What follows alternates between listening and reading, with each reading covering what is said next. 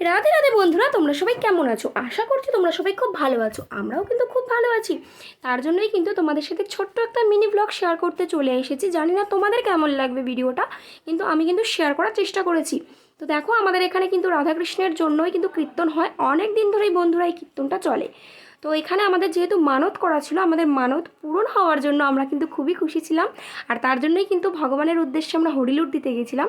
সবার প্রথমে গিয়ে কিন্তু আমরা দোকান থেকে বাতাসাটা কিনে নিয়েছিলাম।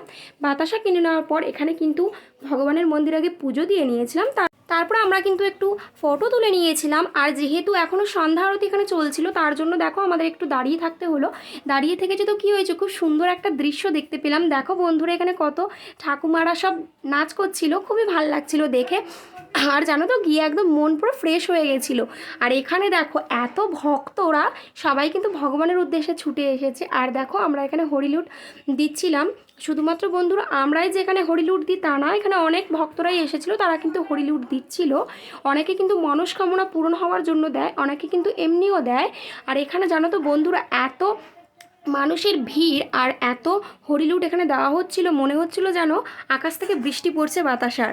অনেক বাতাসে এসে কিন্তু আমাদের মাথাতেও পড়েছে। তাতে কি হয়েছে, এত সুন্দর যে একটা দৃশ্য আর এত সুন্দর একটা জায়গায় যে আমরা যেতে পেরেছি, খুবই ভালো লাগছিল। আর তোমরা দেখো বন্ধুরা, মানুষের ভিড়টা, কত মানুষ এখানে এসেছে ভগবানের টানে।